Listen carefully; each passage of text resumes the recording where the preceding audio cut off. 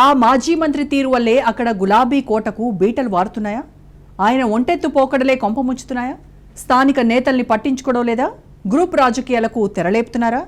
ఆ జిల్లాలో car party ఓటమికి ఆయనే కారణమా? ఆయనపై సొంత పార్టీ నేతలే ఎందుకు గుర్రుగా ఉన్నారు? ఇంతకీ ఎవరా నేత? Let's watch this story.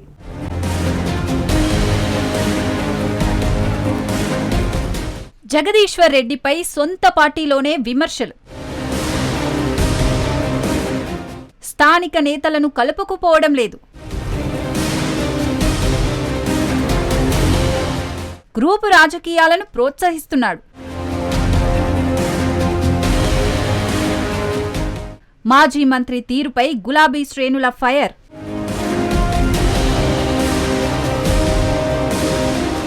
మాజీ మంత్రి, ప్రస్తుత సూర్యాపేట ఎమ్మెల్యే జగదీశ్వర్ రెడ్డిపై ఉమ్మడి నల్గొండ జిల్లా బీఆర్ఎస్ నేతలు గుర్రుగా ఉన్నారట.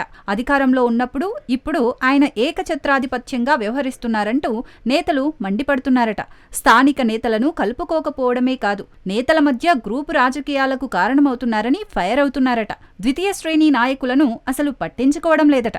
ఆయన వ్యవహార శైలితోనే అసెంబ్లీ ఎన్నికల్లో ఉమ్మడి నల్గొండ జిల్లాలోని 11 అసెంబ్లీ నియోజకవర్గాల్లో బీఆర్ఎస్ ఓటమి పాలైనట్లు చర్చించుకుంటున్నారట.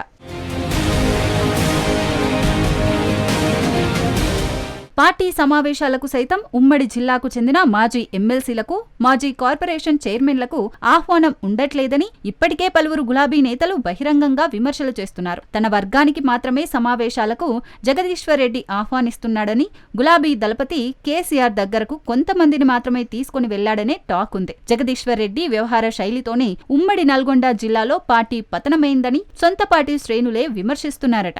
ఇప్పటికైనా ఆయన శైలి మారకపోతే పార్టీ మరింత నష్టపోతుందని పార్టీలో చర్చ జరుగుతోందట.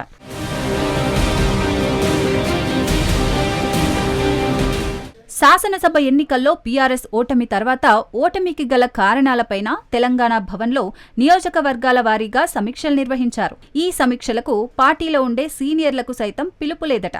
కేవలం కొంతమందికి మాత్రమే జగదీష్ రెడ్డి పెద్దపీట వేస్తున్నాడనే ఆరోపణలు వినిపిస్తున్నాయి. ఇప్పటికైనా పార్టీ అధిష్టానం స్పందించి జగదీశ్వర్ రెడ్డిని మందలిస్తే తప్ప ఉమ్మడి నల్గొండ జిల్లాలో పార్టీ బలోపేతం కాబోదనే పలువురు బహిరంగంగానే అభిప్రాయం వ్యక్తం చేస్తున్నారట.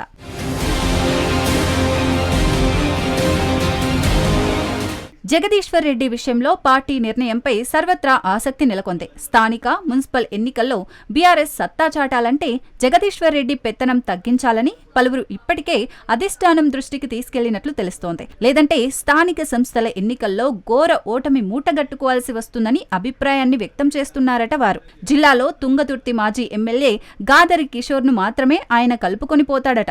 మిగిలిన మాజీ ఎమ్మెల్యేలను ఆయన పట్టించుకోరట. ఈ విషయాన్ని అనేకసార్లు పార్టీ శ్రేణులు కేసీఆర్ దృష్టికి కూడా తీసుకెళ్లారట.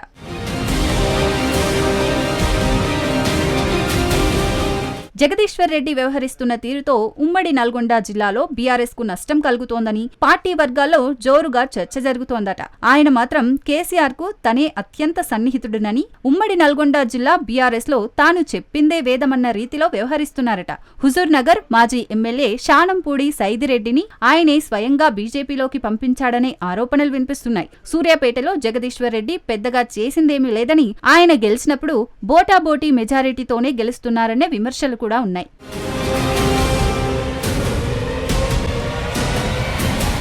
మొత్తానికి జగదీశ్వర్ రెడ్డి తీరుపై సొంత పార్టీలోనే విమర్శలు వెల్లువెత్తుతున్నాయట. అయినా కానీ ఆయన వ్యవహార శైలి మారడం లేదట. ఇలా అయితే స్థానిక ఎన్నికల్లో ఘోర పరాజయం తప్పదని పార్టీ శ్రేణులు హెచ్చరిస్తున్నారట. మరి ఇప్పటికైనా తనపై వస్తున్న విమర్శలను గమనించి జగదీశ్వర్ రెడ్డి పద్ధతి మార్చుకుంటారా? మాజీ మంత్రి విషయంలో బీఆర్ఎస్ అధిష్టానం చర్యలు తీసుకుంటుందా తెలియాలంటే వేచి చూడాల్సిందే.